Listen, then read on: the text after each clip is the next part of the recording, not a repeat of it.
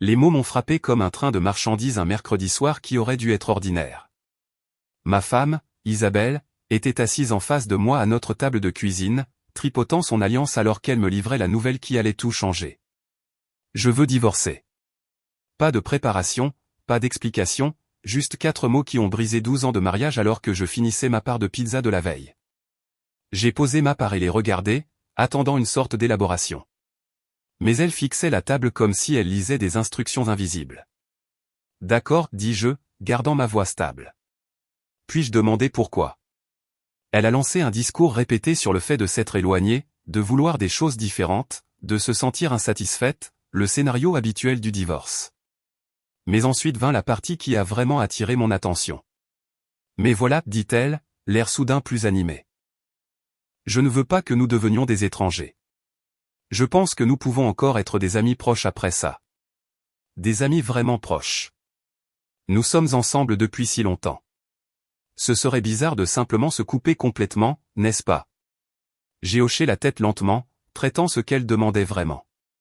Elle voulait la liberté de poursuivre la nouvelle vie qu'elle avait planifiée, mais elle voulait aussi me garder comme son système de soutien émotionnel, son homme à tout faire, son contact d'urgence, et probablement son plan de secours financier. Ami proche, répétai-je. À quoi cela ressemble-t-il exactement pour toi? Son visage s'est illuminé comme si elle avait espéré que je poserais la question. Eh bien, nous serions toujours là l'un pour l'autre quand nous avons besoin de soutien. Toujours nous entraider avec les problèmes. Toujours pouvoir s'appeler quand quelque chose d'important se produit, juste sans la partie mariage. J'ai presque ri. Elle voulait tous les avantages d'avoir un mari sans être marié.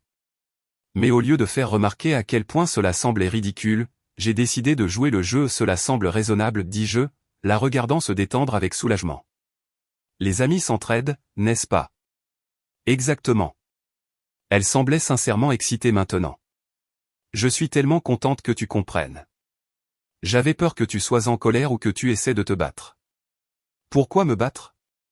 Si tu veux divorcer, alors c'est ce que nous ferons.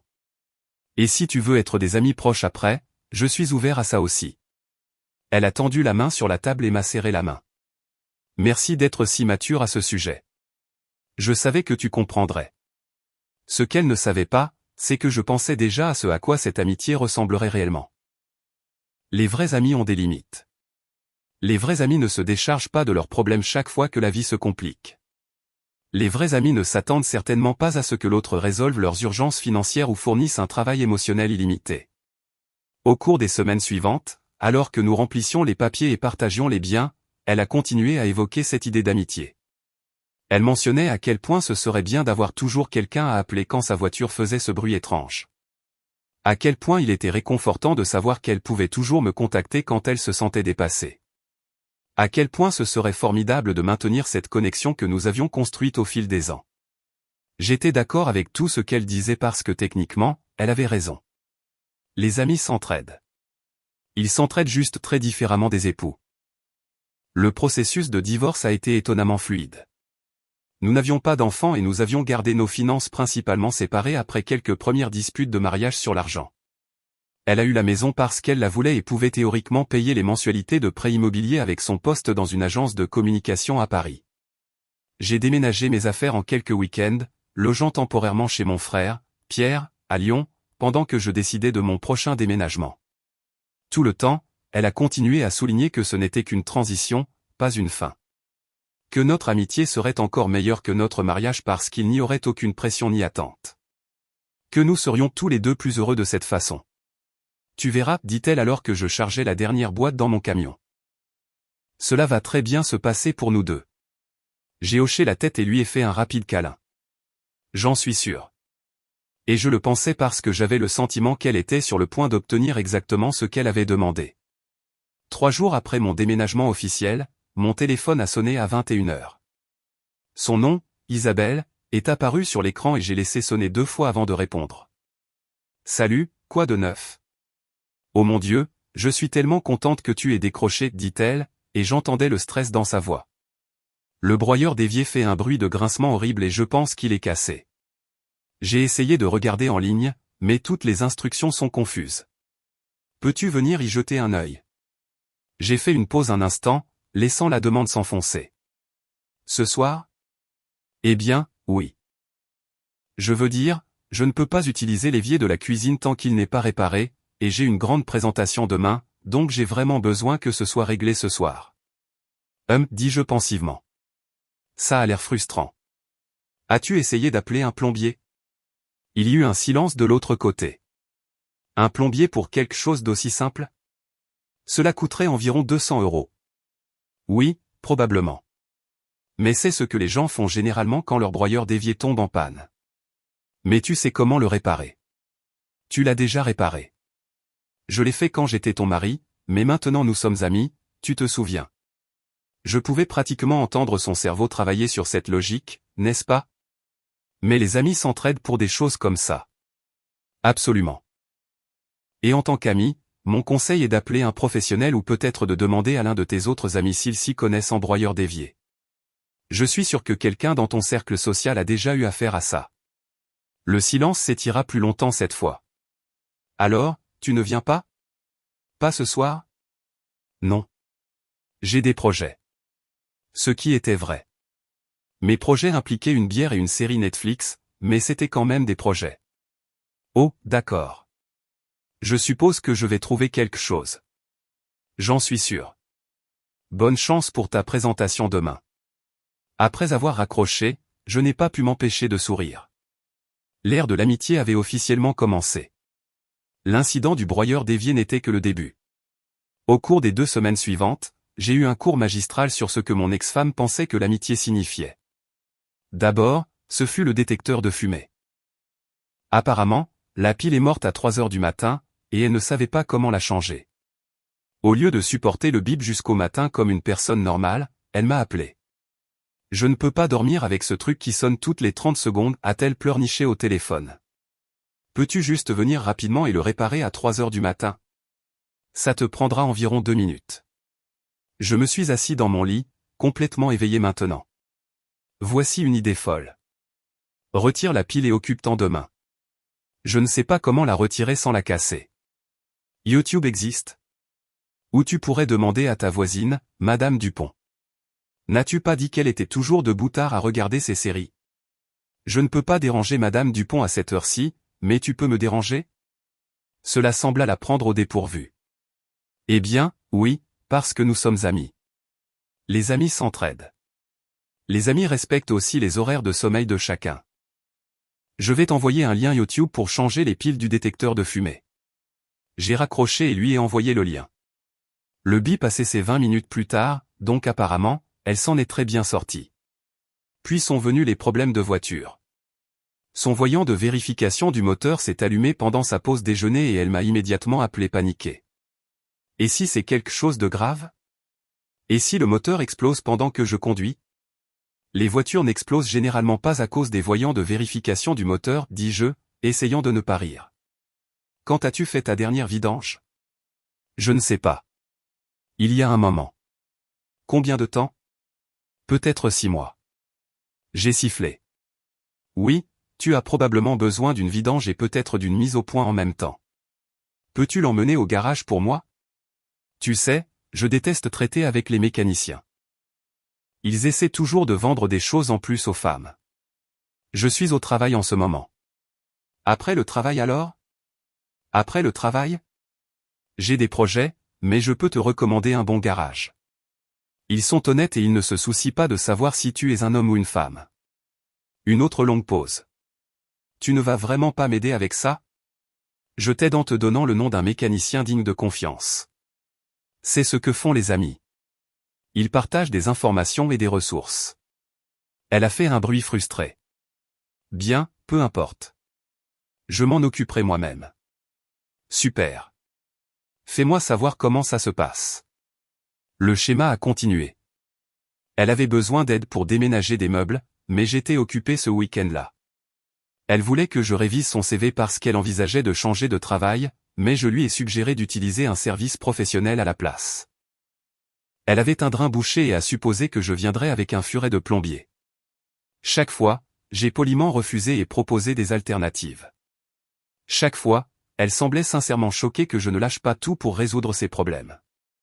Le point de rupture est survenu un vendredi soir. Je dînais avec mon frère, Pierre, lorsque mon téléphone a commencé à sonner. Je l'ai laissé passer à la messagerie vocale, mais il a sonné à nouveau immédiatement, puis encore. Tu devrais probablement répondre, dit mon frère, l'air inquiet. J'ai vérifié l'écran. Cet appel manquait de mon ex-femme. Je l'ai rappelé en pensant que c'était peut-être une véritable urgence. Finalement, elle a pratiquement crié au téléphone. J'essaie de te joindre depuis 1 heure. Je dînais. Qu'est-ce qui ne va pas? Je me suis enfermé hors de la maison et je ne sais pas quoi faire. J'ai attendu plus d'informations, mais apparemment c'était toute la crise. D'accord. As-tu appelé un serrurier? Un serrurier? Sais-tu combien ça coûte? Probablement moins que tu ne le penses. Il existe des services 24h24, mais tu as une clé de rechange. C'était vrai. J'avais oublié de la lui rendre pendant le déménagement. J'ai une clé de rechange. Alors, peux-tu venir me laisser entrer? Où es-tu en ce moment? Assise sur le porche. Il fait froid et j'ai vraiment besoin de rentrer. J'ai regardé mon frère, qui essayait de ne pas écouter mais entendait clairement chaque mot. As-tu essayé la voix du serrurier? J'ai appelé un endroit et ils ont dit que ce serait 200 € et qu'ils ne pouvaient pas venir avant 1 heure. Donc tu seras à l'intérieur dans 1 heure pour 200 €. C'est ridicule. Tu pourrais être là en 20 minutes gratuitement. Je pourrais, mais je ne vais pas le faire. Le silence qui a suivi était assourdissant. Excuse-moi. Tu voulais être ami, n'est-ce pas? Eh bien, les amis ne s'attendent pas à ce que l'autre lâche tout et traverse la ville pour résoudre des problèmes qui ont des solutions parfaitement raisonnables. Les amis ne s'attendent certainement pas à ce que l'autre soit leur service d'urgence personnelle. Mais c'est différent. C'est une véritable urgence. Être enfermé dehors est un inconvénient, pas une urgence. Tu n'es pas en danger. Tu n'es pas blessé. Tu as juste besoin de décider si 200 € valent la peine de ne pas rester sur ton porche pendant 1 heure. J'entendais sa respiration devenir plus lourde.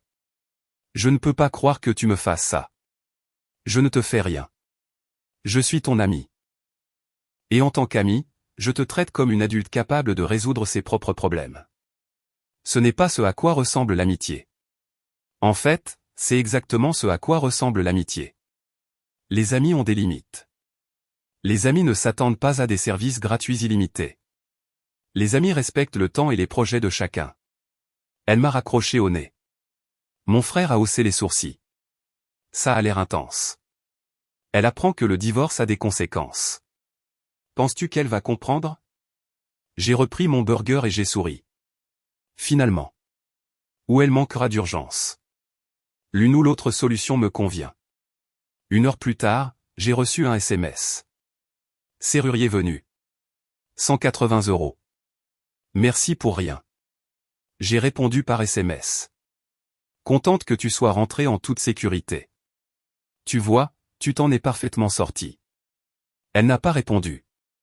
La véritable épreuve de notre nouvelle amitié est survenue 6 semaines après la finalisation du divorce. Je profitais d'un samedi matin tranquille lorsque mon téléphone a vibré avec un SMS qui m'a presque fait m'étouffer avec mon café. Urgence. Besoin de parler des accents gravesques possibles. Peux-tu venir? Contre mon meilleur jugement, j'ai décidé que cela pourrait être vraiment sérieux. Quand je suis arrivé à ce qui était autrefois notre maison, je l'ai trouvée assise à la table de la cuisine, entourée de papier, l'air de n'avoir pas dormi depuis des jours. Dieu merci, tu es là, dit-elle, se levant pour me faire un câlin que je n'ai pas rendu. Je suis en sérieux problème. Je me suis assis en face d'elle, remarquant des avis de retard mélangés au papier. Quel genre de problème? La mensualité de prêt immobilier est du lundi et il me manque de l'argent. Combien? Elle a baissé les yeux sur ses mains. 800 €. Je me suis adossé à ma chaise. 800 € n'était pas une somme dérisoire, mais ce n'était pas catastrophique non plus. Que s'est-il passé? Les réparations de voitures ont finalement été plus chères que je ne le pensais. Ensuite, j'ai dû remplacer la machine à laver parce qu'elle est tombée complètement en panne. Et il y a eu cette conférence de travail à laquelle j'ai dû assister à mes frais car ils me rembourseront le mois prochain. J'ai hoché la tête, faisant le calcul dans ma tête. Elle avait pris une série de mauvaises décisions financières et s'attendait maintenant à ce que quelqu'un d'autre la sorte d'affaire. Alors, quel est ton plan? Eh bien, j'espérais que tu pourrais m'aider. Juste cette fois. Je te rembourserai dès que j'aurai mon remboursement de travail. Le voilà. La vraie raison pour laquelle elle voulait rester amie. Le filet de sécurité ultime. Tu veux que je te prête 800 €? Je sais que c'est beaucoup demandé, mais je suis vraiment coincé. Si je rate ce paiement, ils commenceront le processus de saisie. Je pourrais perdre la maison. J'ai étudié son visage, cherchant un signe qu'elle comprenait l'ironie de ce qu'elle demandait. Laisse-moi m'assurer que je comprends bien. Tu as divorcé, pris la maison, et maintenant tu veux que je t'aide à la payer. Ce n'est pas ça. Ce n'est qu'un contretemps temporaire. Je peux normalement me permettre les paiements. Le peux-tu vraiment? Parce que si tu manques 800 € après 2 mois passés seul, peut-être que tu ne peux pas vraiment te permettre cette maison. Son visage s'est empourpré. Je peux me le permettre. J'ai juste eu des dépenses imprévues, n'est-ce pas? Et quand les prochaines dépenses imprévues surviendront, que feras-tu alors? Ça n'arrivera plus. J'ai presque ri. Allez. La vie n'est faite que de dépenses imprévues. Le chauffe-eau tombera en panne. Le toit fuira. Les taxes foncières augmenteront. C'est ça, la propriété. Elle devenait frustrée maintenant. Alors, tu dis que tu ne vas pas m'aider. Je dis que les amis ne paient généralement pas les mensualités de prêt immobilier de l'autre. C'est plutôt une affaire de conjoint. Mais c'est une urgence. Non, c'est une mauvaise planification. Une urgence, c'est quand un arbre tombe sur ton toit. C'est juste des conséquences d'adulte normales. Elle me regarda comme si j'avais une deuxième tête. Je n'arrive pas à croire à quel point tu es froid à ce sujet. Je ne suis pas froid. Je suis réaliste. Tu voulais de l'indépendance, tu te souviens? Tu voulais gérer ta propre vie. Eh bien, c'est à ça que ça ressemble. Alors, tu vas juste me laisser perdre la maison. Je ne te laisse rien faire. Tu fais tes propres choix. Et si tu perds la maison, c'est aussi ton choix. Elle a commencé à pleurer alors, ce à quoi je m'attendais. C'était sa réaction habituelle lorsque les arguments logiques ne fonctionnaient pas. S'il te plaît, dit-elle à travers ses larmes. Je t'en supplie. Je ferai n'importe quoi. Tu pourrais vendre la maison. Quoi? Vendre la maison. Réduire la taille de ton logement pour quelque chose que tu peux réellement te permettre. Problème résolu. Je ne vends pas notre maison. Ce n'est plus notre maison. C'est ta maison. Et si tu ne peux pas te le permettre, alors tu dois faire des choix différents. Elle s'essuya les yeux et me regarda avec un mélange de colère et de désespoir. Que t'est-il arrivé? Tu tenais à moi. Je tiens à toi. C'est pourquoi je n'encourage pas tes mauvaises décisions. Encourager? C'est un paiement. C'est un paiement cette fois-ci. Et la prochaine fois, et la fois d'après? Combien de mensualités de prêt immobilier suis-je censé couvrir avant que tu ne réalises que tu vis au-dessus de tes moyens? Elle n'eut pas de réponse à cela. Je me levai pour partir. Écoute, voici un conseil amical. Appelle ton organisme de prêt immobilier et explique la situation. Il pourrait trouver un plan de paiement, ou appelle tes parents, ou contracte un prêt personnel. Ce sont toutes des choses normales que les gens font quand ils manquent d'argent. Mes parents pensent déjà que le divorce était une erreur. Je ne peux pas leur demander d'argent. Alors, tu devrais peut-être envisager la possibilité qu'ils aient raison. Je me dirigeai vers la porte, mais elle me suivit. Attends, et si je te payais des intérêts, comme un vrai prêt? Je me retournai. Et si tu agissais comme l'adulte indépendante que tu prétendais vouloir être? Ce n'est pas juste. Juste? Tu voulais sortir de ce mariage. Tu voulais être autonome. Tu as eu exactement ce que tu as demandé. Le fait que ce soit plus difficile que prévu ne m'en rend pas responsable. Mais nous sommes amis. Les amis ne demandent pas à leurs amis de payer leur mensualité de prêt immobilier. Les amis respectent les limites. Je me dirigeai vers ma voiture pendant qu'elle restait dans l'embrasure de la porte, toujours en pleurs. Une partie de moi avait pitié d'elle, mais une partie plus grande de moi savait que c'était nécessaire. Elle devait apprendre que les actions ont des conséquences et que le divorce signifiait être réellement divorcé. Le lundi soir, j'ai reçu un SMS. J'ai trouvé une autre solution. Pas grâce à toi. J'ai répondu par SMS. contente de l'apprendre. C'est ce que font les amis. Ils trouvent des solutions. Je n'ai jamais su quelle était sa solution, mais 3 semaines plus tard, je suis passé devant la maison et j'ai vu une pancarte à louer dans la cour avant. Apparemment, elle a décidé d'emménager avec une colocataire et de louer la maison pour couvrir le prêt immobilier. C'était en fait une décision intelligente. J'étais fier d'elle d'avoir trouvé une solution par elle-même. C'est à ça que servent les amis, après tout, croire en la capacité de chacun à résoudre ses propres problèmes. La vie a une drôle de façon de lancer des imprévus quand on s'y attend le moins. 3 mois après l'incident du prêt immobilier, j'étais à la fête d'anniversaire de mon cousin, Marc, dans un bar sportif local quand j'ai aperçu un visage familier de l'autre côté de la pièce. C'était la meilleure amie de mon ex-femme, Sophie, assise seule au bar, sirotant une bière et ayant l'air de préférer être n'importe où ailleurs. Nous nous étions rencontrés plusieurs fois pendant le mariage, mais je n'avais jamais vraiment parlé à elle en tête-à-tête. Mon ex dominait toujours ses conversations. J'ai hésité à l'approcher. Les choses avec mon ex avaient été merveilleusement calmes ces derniers temps, et je n'étais pas pressé de remuer le drame, mais elle avait l'air vraiment malheureuse, et mon cousin m'avait toujours appris à être poli avec les gens qui semblaient avoir besoin d'un visage amical. « Ça te dérange si je m'assieds ?» ai-je demandé, désignant le tabouret vide à côté d'elle. Elle a levé les yeux, surprise. « Oh, salut, oui, bien sûr. Tu as l'air de t'amuser autant que moi, ai-je dit, commandant une bière au barman. » Elle a ri et j'ai réalisé que je ne l'avais jamais vraiment entendu rire auparavant. C'était un bon rire. Authentique. C'est si évident que ça?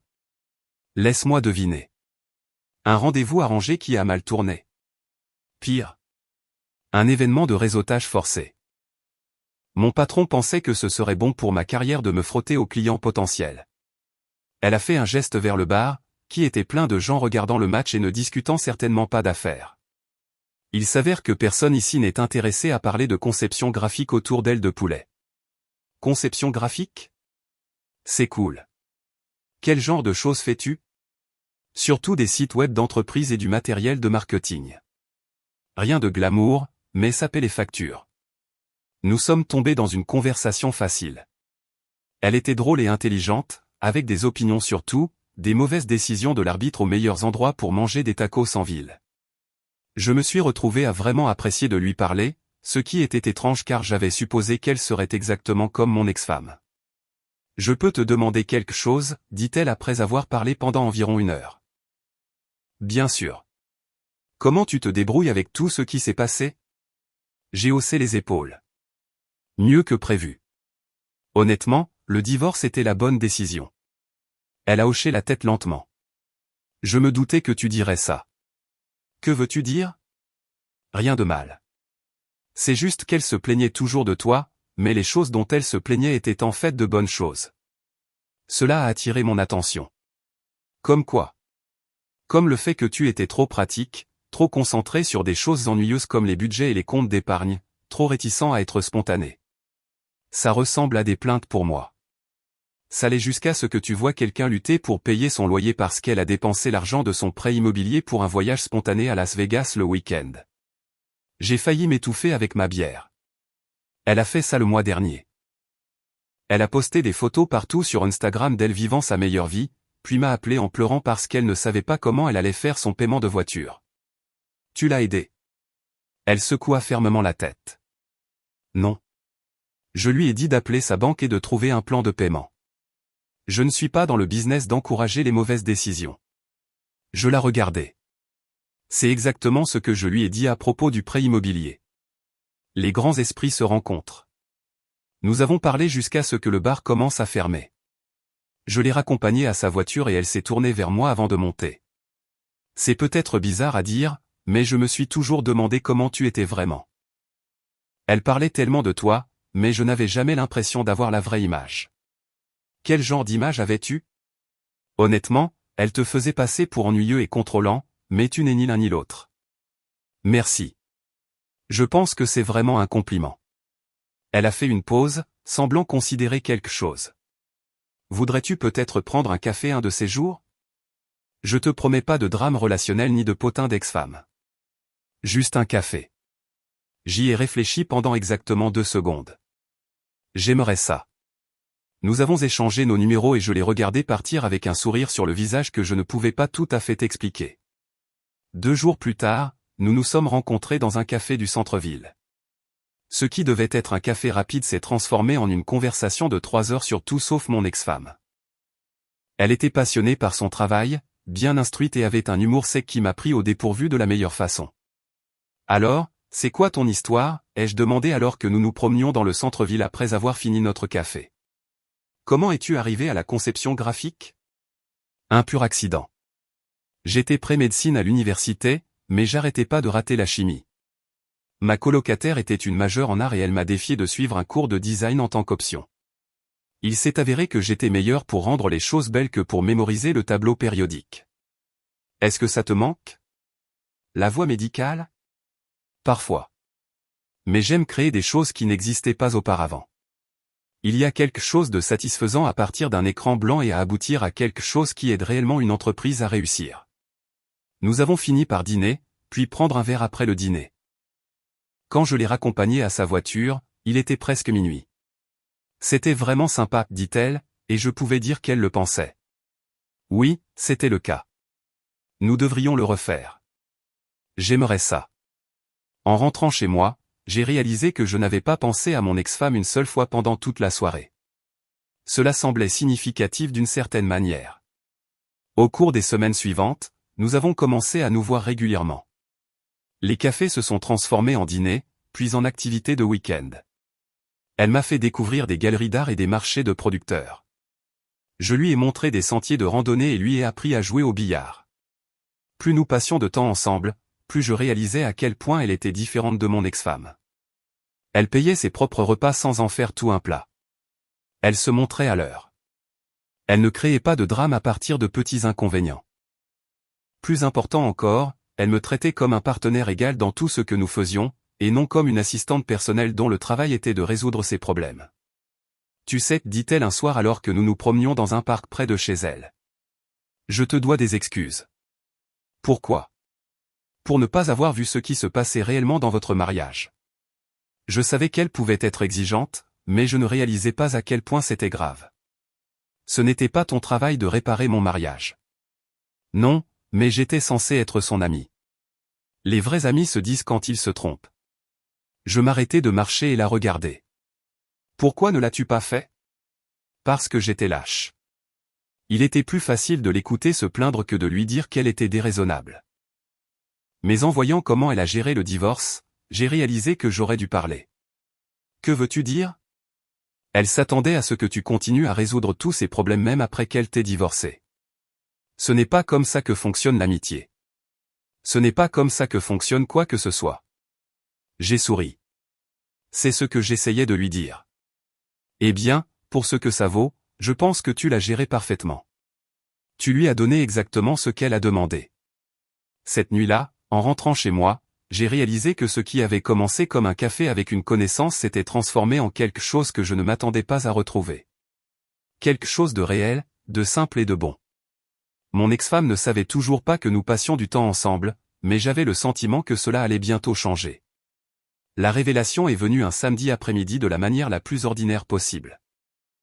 J'étais au Monoprix avec ma nouvelle petite amie, débattant des mérites de différentes cafetières, lorsque nous avons entendu un halètement aigu venant de l'allée voisine. Qu'est-ce que c'est que ça? J'ai immédiatement reconnu cette voix. Mon ex-femme se tenait au bout de l'allée, nous fixant comme si elle venait d'être témoin d'une scène de crime. Elle tenait un panier plein de produits d'entretien et portait l'expression de quelqu'un qui venait de découvrir que son monde avait basculé sans permission. Salut, dis-je calmement, sans lâcher la main de ma petite amie. Comment ça va? Comment ça va, répéta-t-elle, sa voix montant d'un octave. Comment ça va? Tu es ici avec elle? Ma petite amie me serra doucement la main, mais ne dit rien. Elle savait que ce moment viendrait éventuellement. Nous faisons des courses pour des cafetières, dis-je, désignant l'étalage derrière nous. Qu'est-ce qui t'amène au Monoprix? N'ose pas faire comme si c'était normal. Ses yeux allèrent de l'un à l'autre, traitant le niveau de confort évident que nous avions l'un avec l'autre. Depuis combien de temps ça dure? Depuis combien de temps ça dure? Ça? Elle agita frénétiquement la main dans notre direction. Toi et ma meilleure amie? Environ 2 mois, dit calmement ma petite amie. Et je ne suis plus ta meilleure amie depuis un moment maintenant. Cela arrêta mon ex-femme net. Qu'est-ce que ça veut dire? Cela signifie que l'amitié va dans les deux sens. Tu n'appelais que quand tu avais besoin de quelque chose. Tu ne demandais jamais comment j'allais. Tu passais chaque conversation à te plaindre de tes problèmes sans montrer aucun intérêt pour les miens. Je traversais un divorce. C'était il y a 6 mois.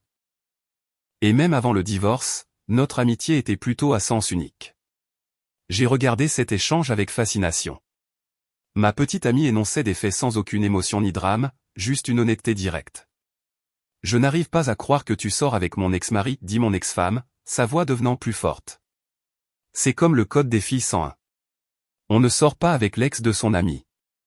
Ancienne amie, corrigea ma petite amie. Et le code des filles ne s'applique pas quand l'ami a traité à la fois son mari et ses amis comme des assistants personnels. Ce n'est pas ce que j'ai fait, vraiment. Quand est-ce que tu m'as demandé la dernière fois des nouvelles de mon travail ou de ma famille, ou de quoi que ce soit qui se passait dans ma vie et qui n'était pas lié à la résolution de l'un de tes problèmes? Mon ex-femme ouvrit la bouche, puis la referma. Elle ne pouvait clairement pas trouver d'exemple. Et quand est-ce que tu l'as appelé la dernière fois pour autre chose que des réparations d'urgence ou une aide financière, continua ma petite amie. Parce que d'après ce que je peux voir, ton idée de l'amitié est à peu près identique à ton idée du mariage. Les autres existent pour te faciliter la vie. Ce n'est pas juste. Ce n'est pas juste non plus d'attendre des gens qui lâchent tout et règlent tes problèmes tout en n'offrant rien en retour. J'ai décidé d'intervenir avant que cela ne dégénère davantage. Écoutez, ça n'a pas besoin d'être un grand drame. Nous sommes tous des adultes ici. Adultes? Mon ex-femme a de nouveau tourné son attention vers moi. Les adultes ne sortent pas avec la meilleure amie de leur ex-femme dans leur dos. Nous ne nous cachions pas, dis-je. Nous n'avons juste pas vu de raison de l'annoncer. Toi et moi sommes divorcés. Tu voulais être amis. Les amis respectent les choix de rencontre de chacun. C'est différent et tu le sais. Comment est-ce différent? Parce qu'elle connaît des choses sur notre mariage. Des choses personnelles. Ma petite amie a ri, mais pas de façon méchante. Comme quoi? Comme le fait que tu attendais qu'il s'occupe de tous les problèmes domestiques pendant que tu te plaignais qu'il était trop pratique. Comme le fait que tu dépensais de l'argent que tu n'avais pas et que tu te fâchais quand il te faisait remarquer que les comptes ne collaient pas. Tu lui as parlé de nos conversations privées. Mon ex-femme m'a demandé. En fait, non. J'ai compris la plupart de ça simplement en t'écoutant te plaindre de lui pendant les 2 dernières années. Cela n'allait clairement pas comme mon ex-femme l'avait espéré. Elle avait probablement imaginé que nous surprendre mènerait à de la culpabilité et des excuses. Au lieu de cela, elle recevait un retour à la réalité de la part de 2 personnes qui avaient apparemment comparé des notes sur son comportement. J'ai besoin de te parler, dit-elle à ma petite amie, seule. Nous pouvons parler ici. C'est privé. Non, ça ne l'est pas. Tu l'as rendu public quand tu as décidé de nous confronter au milieu du Monoprix. Mon ex-femme a regardé autour d'elle et a semblé remarquer pour la première fois que d'autres clients commençaient à nous fixer. Bien, mais cette conversation n'est pas finie. En fait, elle l'a dit ma petite amie. J'en ai marre de faire semblant que tes problèmes sont la responsabilité de tout le monde. J'en ai marre de t'écouter te plaindre des conséquences que tu as créées pour toi-même. Et j'en ai définitivement marre de me sentir coupable d'être heureuse avec quelqu'un qui me traite comme un partenaire égal au lieu d'une aide non rémunérée. Alors c'est ça. Tu le choisis lui plutôt que notre amitié. Je me choisis moi-même plutôt que ton drame. Il y a une différence. Mon ex-femme se tourna vers moi avec des yeux désespérés. Et tu es d'accord avec ça? Avec le fait de sortir avec quelqu'un qui était censé m'être loyal? Je suis d'accord avec le fait de sortir avec quelqu'un d'honnête et de bienveillant et qui ne s'attend pas à ce que je résolve tous ses problèmes, dis-je. Quelqu'un qui veut réellement être avec moi au lieu de vouloir juste ce que je peux faire pour elle. Ce n'est pas ce que je voulais, vraiment, parce que quand tu as demandé l'amitié après le divorce, tu as immédiatement commencé à m'appeler pour des réparations à la maison et des renflouements financiers. Ça ne ressemble pas à de l'amitié. Ça ressemble à vouloir garder tous les avantages d'avoir un mari sans aucun engagement. Elle nous regarda tous les deux comme si nous l'avions trahi à un niveau fondamental. Je n'arrive pas à croire que cela se produise. Qu'est-ce qui se passe exactement? Demanda ma petite amie. 2 personnes qui en avaient marre de ton égoïsme se sont trouvées et ont découvert qu'elles étaient compatibles. Ce n'est pas une conspiration. C'est juste la vie. Tu étais censé être mon ami. J'étais ton ami jusqu'à ce que je réalise que l'amitié avec toi signifiait être ta thérapeute non rémunérée et ton distributeur automatique occasionnel. Ce n'est pas de l'amitié. C'est de l'exploitation. Le visage de mon ex-femme se froissa, et pendant un instant, j'ai presque eu pitié d'elle. Mais ensuite, je me suis souvenu de toutes les fois où elle avait manipulé des situations pour obtenir ce qu'elle voulait, et la sympathie s'est estompée. Ce n'est pas fini, dit-elle en reculant. Les amis ne se font pas ça. Tu as raison, appela ma petite amie derrière elle. Ils ne le font pas. C'est pourquoi nous ne sommes plus amis. Nous l'avons regardé s'enfuir du magasin, laissant son panier de produits d'entretien abandonné dans l'allée. Eh bien, dis-je après un instant, ça s'est mieux passé que prévu. Vraiment? Oui. Je pensais qu'elle ferait une plus grande scène. Ma petite amie a ri et a ramassé la cafetière que nous regardions avant l'interruption. Donne-lui du temps. J'ai le sentiment que le vrai drame ne fait que commencer. Elle avait raison. Mais pour la première fois depuis des années, j'avais hâte de voir comment cela allait se dérouler. Parce que maintenant, j'avais quelqu'un à mes côtés qui comprenait que l'amitié, comme le mariage, devrait être un partenariat entre égaux, pas un système de soutien à sens unique avec des demandes illimitées et sans limite. La confrontation finale est survenue 2 semaines plus tard. Je m'y attendais. Mon ex-femme est apparue à ma porte un jeudi soir, habillée comme si elle allait à un entretien d'embauche, cheveux coiffés, maquillage parfait, portant la robe que je savais que j'aimais. Nous devons parler, dit-elle, me dépassant pour entrer dans mon salon. De quoi? De nous. De cette erreur que nous avons tous les deux faite. J'ai fermé la porte et me suis appuyé contre elle. Quelle erreur? Tout ce truc de divorce. Cette ridicule expérience d'amitié. Ça ne marche pas. Ça marche très bien pour moi. Elle s'est retournée, adoptant son expression la plus sincère. J'ai beaucoup réfléchi à ce qui n'a pas marché entre nous. Je réalise que j'ai fait des erreurs. J'étais probablement trop exigeante parfois. Parfois? D'accord. Souvent. Mais les gens peuvent changer. Je peux changer. Pourquoi voudrais-tu changer maintenant? Parce que tu me manques. Nous me manquons. Il me manque d'avoir quelqu'un qui se soucie vraiment de moi. J'ai presque ri. Tu veux dire qu'il te manque d'avoir quelqu'un qui résout tes problèmes gratuitement? Ce n'est pas de ça qu'il s'agit. De quoi s'agit-il alors? Elle s'est rapprochée. Il s'agit de réaliser que ce que nous avions était spécial. Que j'ai gâché quelque chose de bien parce que je pensais vouloir de l'indépendance, mais l'indépendance n'est que de la solitude avec des factures supplémentaires. Et elle? J'ai fait un geste vers la cuisine où ma petite amie préparait le dîner. Et elle? Elle ne faisait que se servir de toi pour se venger de moi de toute façon. Ce n'est pas vrai. Bien sûr que si. Pense Y. Quelles sont les chances que ma meilleure amie tombe amoureuse de mon ex-mari par hasard? Elle a tout planifié. Ma petite amie est apparue dans l'embrasure de la porte, essuyant ses mains sur un torchon. En fait, je n'ai rien planifié. J'ai juste reconnu un homme bien quand j'en ai vu un. Cela ne te regarde pas, s'exclama mon ex-femme. C'est devenu mon affaire quand tu t'es présenté chez nous sans y être invité. Chez nous? Ce n'est pas chez toi. Ça l'est maintenant. Mon ex-femme a regardé entre nous, comprenant enfin que ce n'était pas une aventure passagère. Vous avez emménagé ensemble? La semaine dernière, dis-je. Il s'avère qu'il est facile de vivre avec quelqu'un qui ne vous traite pas comme une aide salariée. Son visage s'est froissé, mais nous pourrions réessayer. Nous pourrions aller en thérapie. Nous pourrions travailler sur nos problèmes. Quel problème? Je n'ai aucun problème. Ma vie est géniale depuis notre divorce. Ce n'est pas vrai. Absolument. Je dors mieux. Je suis moins stressé. J'apprécie vraiment de rentrer à la maison. J'ai plus d'argent parce que je ne sors pas constamment quelqu'un des urgences financières qu'elle a créées pour elle-même. Je te rembourserai pour tout ça. Avec quel argent? Tu loues ta maison et tu vis avec une colocataire. Elle n'eut pas de réponse à cela. Voici le truc, continuai-je. Tu as eu exactement ce que tu as demandé. Tu voulais un divorce, alors nous avons divorcé. Tu voulais rester ami, alors j'ai été ton ami. Je t'ai donné des conseils quand tu me les as demandés. J'ai respecté ton indépendance. Je t'ai traité exactement comme je traite n'importe quel autre ami. Mais les amis s'entraident. Ils le font, dans la limite du raisonnable. Ils ne paient pas les prêts immobiliers les uns des autres ni ne lâchent tout pour des non-urgences. Ma petite amie s'avança. Et les vrais amis ne se présentent certainement pas chez l'ex pour tenter de briser sa nouvelle relation. Je n'essaie de rien briser. J'essaie de réparer ce que nous avons brisé. Il n'y a rien à réparer, dis-je fermement. Nous ne sommes pas brisés. Nous sommes divorcés par choix. Ton choix. Les gens font des erreurs. Tu as raison. Et ton erreur a été de penser que tu pouvais avoir tous les avantages d'être marié sans aucun engagement. Tu voulais de l'indépendance jusqu'à ce que tu réalises que l'indépendance signifie prendre soin de soi.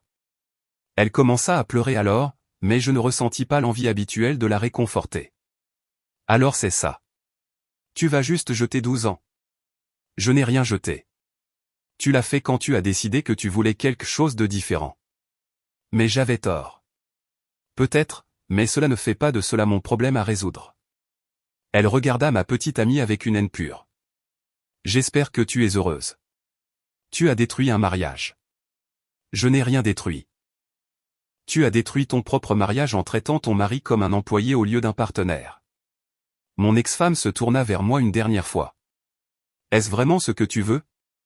Une relation pansement avec mes restes? C'était la mauvaise chose à dire. Premièrement, dis-je, ma voix devenant froide. Elle n'est pas tes restes. Elle n'est rien de toi. Tu as jeté son amitié de la même manière que tu as jeté notre mariage. Deuxièmement, ce n'est pas un pansement. C'est à quoi ressemble une relation saine. Tu ne la reconnaîtrais pas parce que tu n'en as jamais eu. Sors, dit ma petite amie tranquillement. Maintenant. Mon ex-femme a regardé autour de la pièce comme si elle la voyait pour la première fois. Cela se produit vraiment. Tu l'as choisi vraiment elle plutôt que moi. Je choisis le bonheur plutôt que le drame. Je choisis le partenariat plutôt que la servitude. Je choisis quelqu'un qui veut être avec moi, pas quelqu'un qui veut que je sois son solutionneur de problèmes personnels. Elle se dirigea vers la porte, puis se retourna. Tu le regretteras. La seule chose que je regrette est de ne pas l'avoir fait plus tôt. Après son départ, ma petite amie et moi sommes restés un instant dans le salon silencieux. Penses-tu qu'elle va réessayer? Demanda-t-elle. Probablement, mais ça n'aura pas d'importance. Pourquoi pas? Je la serrai contre moi et souris. Parce que j'ai enfin appris la différence entre être nécessaire et être désiré, et je préfère être désiré. 6 mois plus tard, j'ai appris par des amis communs que mon ex-femme avait déménagé chez ses parents. La maison avait été saisie, et sa situation de colocataire n'avait pas fonctionné. J'avais de la peine pour elle, comme on a de la peine pour n'importe qui traversant des moments difficiles, mais je ne me sentais pas responsable de régler la situation. C'est à cela que ressemble une véritable amitié. Se soucier sans contrôler, soutenir sans encourager. Et parfois, la chose la plus gentille que l'on puisse faire pour quelqu'un est de le laisser faire face aux conséquences de ses choix. Même si c'était autrefois votre femme.